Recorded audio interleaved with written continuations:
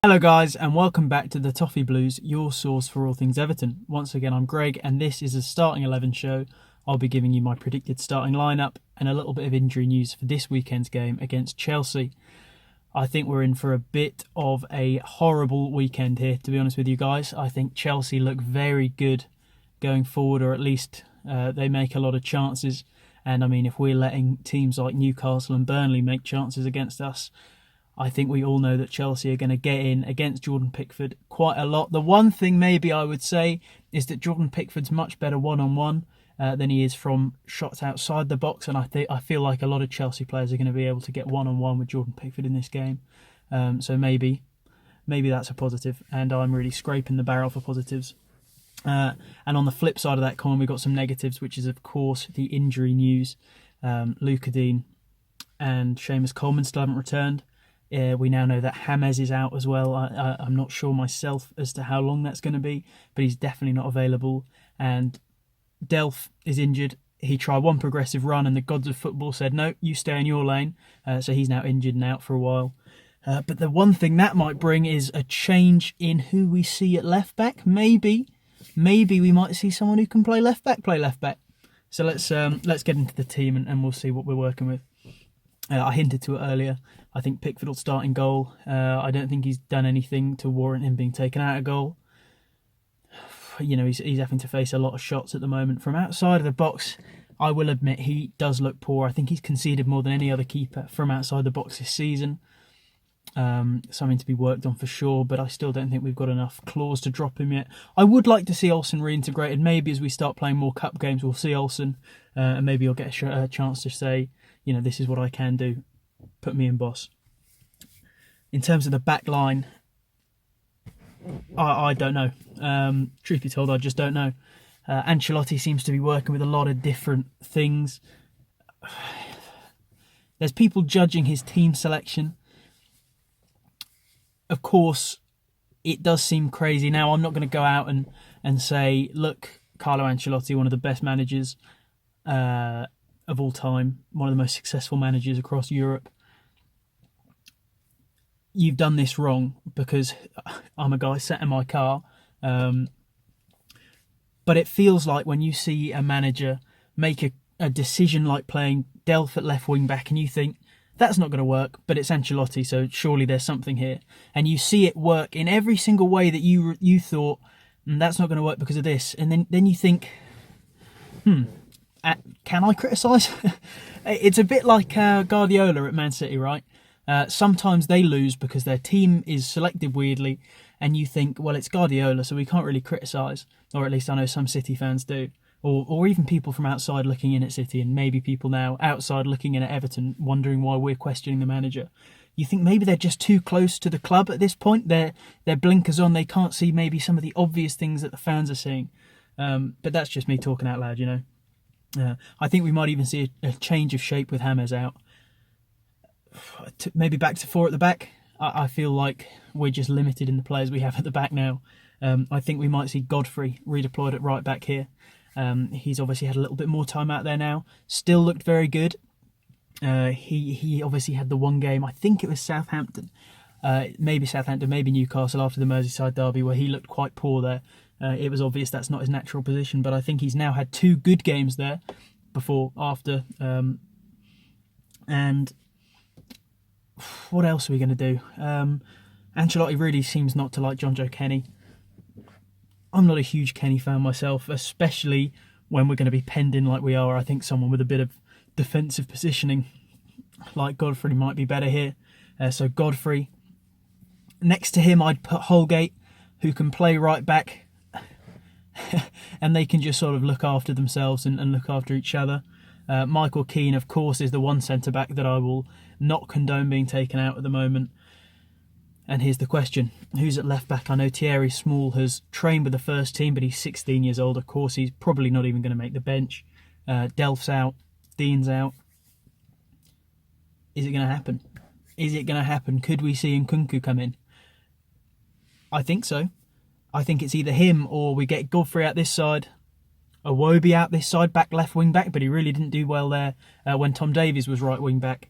So I'm, this is such a guess as I go sort of thing at the moment. You guys have got to understand that Ancelotti's just completely unpredictable. He's so tough to second guess, especially at the moment. You know, we got into the swing of things at the beginning of the season. We were playing that same team, and my job here, sitting here, was very easy. Talk about which players were in the position last week and say why they should stay in that position. Much happier times, though. Much easier, but much happier times. And Nkunku, I'm going to put him in because at this point, the only deciding factor can be what my heart says. And as I said last week, I'd like to see Nkunku there. That said, I think he could be very easily hurt and overrun. I know he was a little bit overrun against West Ham, and when we liked him and thought he was very good, was in early competition stages against teams who weren't quite as good. So maybe he might get stung by the better teams, but throw the boy in at the deep end now and see what he can do, right? Midfield, of course, Alan Doucouré. Alan needs to step up. He needs to step up his game.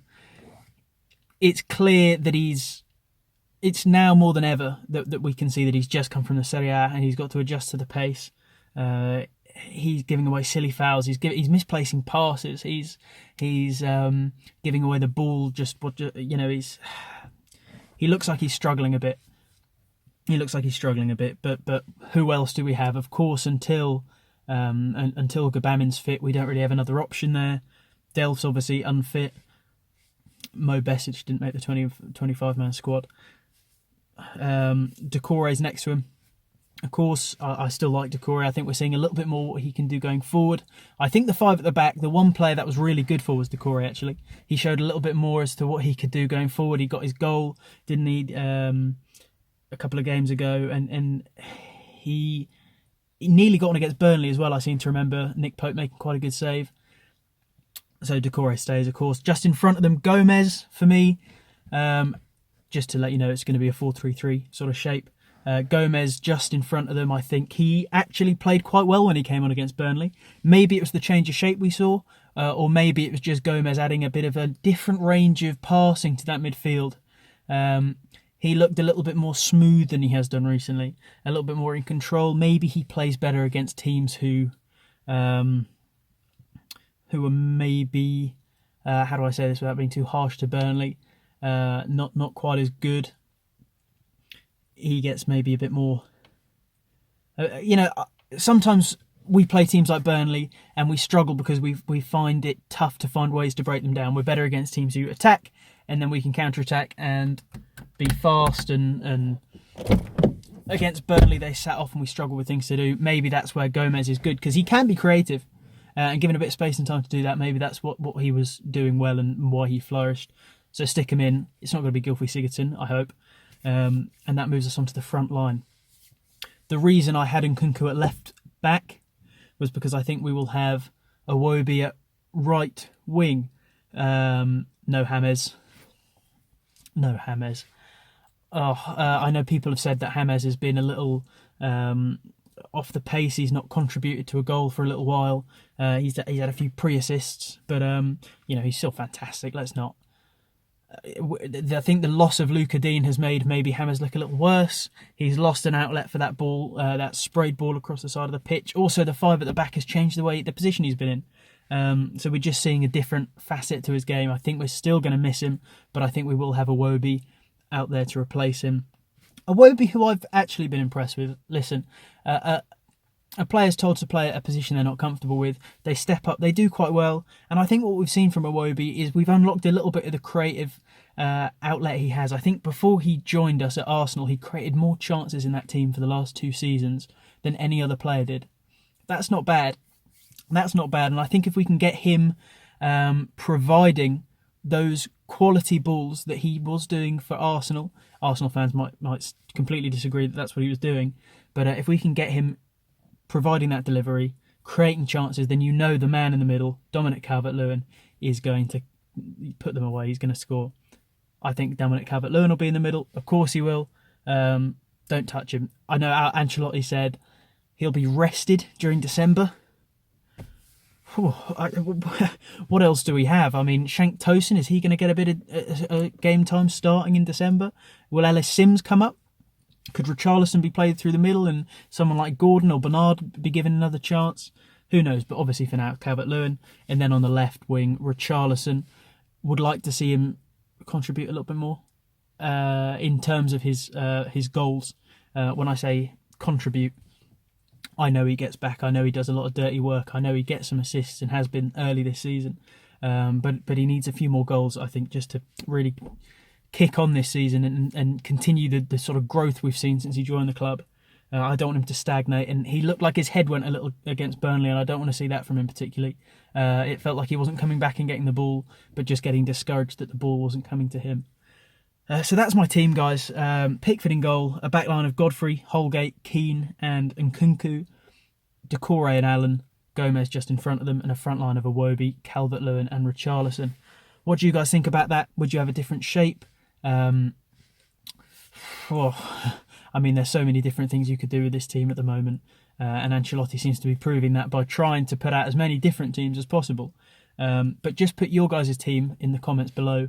I'll take a look at them all, of course. Let's hope that we can pull out a result against this Chelsea team, but I'm not really too confident about it. And I will see you guys next week.